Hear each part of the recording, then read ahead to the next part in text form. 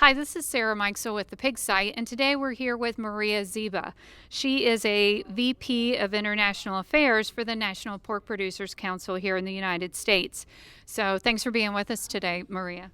Thanks for having me.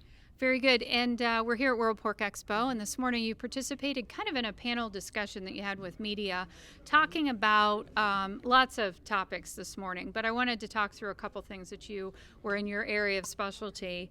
And the first one was really about Prop 12 and how the ruling that has come out from the Supreme Court is really kind of creating an opportunity for global competitors. Can you talk a little bit to that? Sure. Unfortunately, one of the implications or ramifications of California Prop 12 that I think that most consumers in California didn't realize is that in the conversations that I've had with some of foreign trading partners and competitors internationally, they've said, well, I think I can comply. I think this creates an opportunity for us now that the U.S. pork producers can't compete in California and can't meet a California Prop 12 standards of 24 square foot. I think I can. And so I think the issue here is that California voters inadvertently have given the opportunity for pork producers around the globe to have access. And unfortunately, that's going to create an opportunity for pork that is coming from thousands of miles away, Right. which probably is going to have quite an impact on that carbon footprint that we keep talking about, Right. especially those people from California that keep talking about that. And, our U.S. farmers, a lot of people like to buy local. Right. Doesn't really sound like we're going to be buying local anytime soon in California. So I think that's one of the market issues that we might see here in the future. And it really was probably not anticipated or ever discussed, right? Yeah, and the other thing that Californian voters didn't realize, and CDFA has come out and said, is California Prop 12 doesn't really do anything for animal welfare. So now you have this double impact. Not only is it not doing anything for animal welfare, but beyond that, we know that if you're going to have to be transporting pork from, let's say, Europe to California, that is a much longer distance than, say, Iowa or Arizona or Utah to California. So that's certainly going to create an issue for us, and going to affect consumers in California and possibly globally. Yeah, especially, I mean, just the overall price of pork, I would think that this is just going to drive the price of pork up. Well, we can't speculate, but certainly it's going to be tough to meet a lot of those requirements for our producers. And California, they're big consumers of pork, and I don't think the estimates are there that we can meet that demand domestically.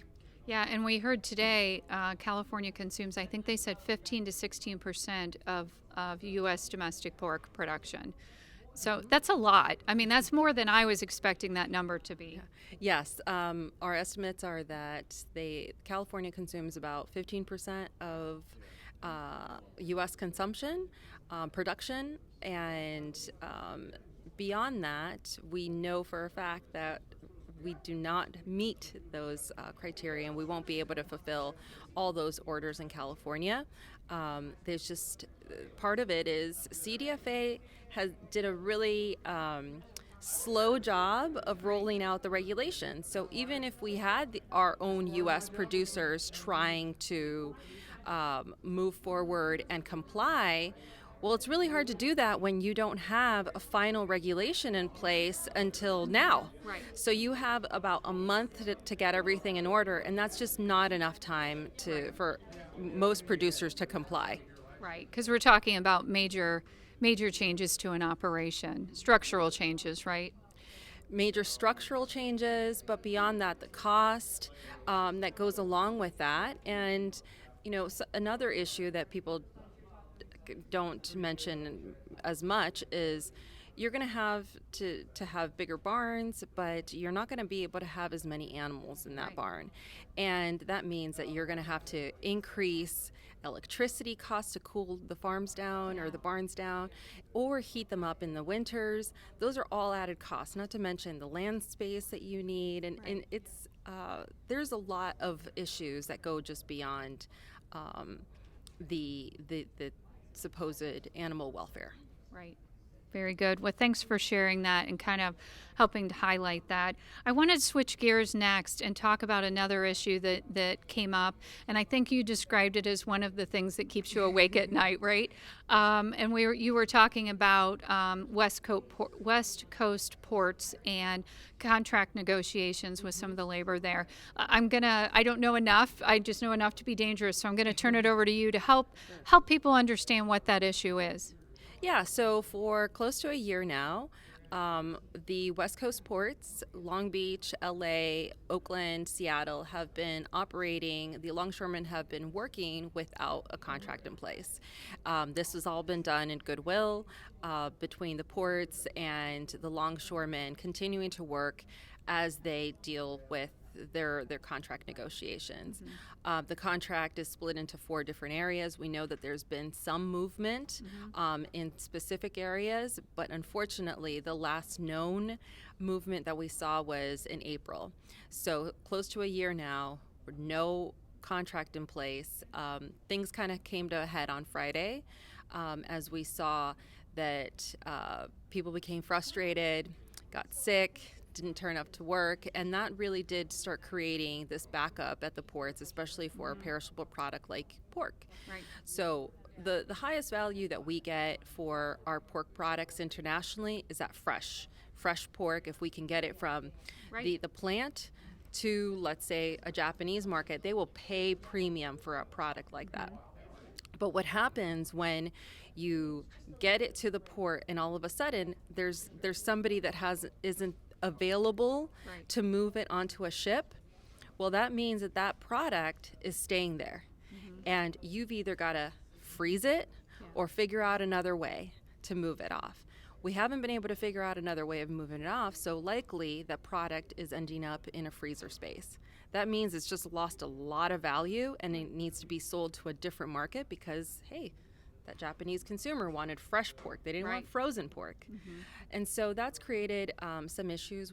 We already know we've had a few backups. Unfortunately, to complicate things, you could go through the Panama Canal. Unfortunately, Panama is going through a drought as well. So oh my gosh, right. Yes, so you could see why I'm up at night, right? Because the dam levels where the water is fed into for the Panama Canals are at their lowest level, historic levels. Got it. And so that means that these big, massive boats and ships that are supposed to go through the canal are not operating at full capacity. It means it's increasing that price of shipping. So for our industry, we export close to 25% of our production. Exports are really what has been keeping us afloat as an industry. Now you have Prop 12 layered on, the ports issues, you can't go through Panama Canal as easily. So it's creating this almost perfect storm of events that could impact trade in the long run.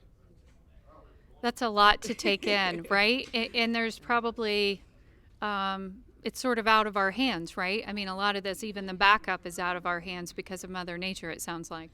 Yeah, and I think, hopefully we can get to a quick resolution here on the West Coast. I know that they're back at the negotiating table, which is always a great sign. But, I think that it's a big enough issue that was mentioned at the White House yesterday during their press conference. So it's certainly something that has not only implications for U.S. pork, but the entire economy as a whole, and hopefully we can see a resolution here soon. That's the truth. That doesn't just impact U.S. pork. That impacts everybody, right? So very good. Well, thank you for all the insights today. Really appreciate it. This is Sarah Mikesell with the Pig Site.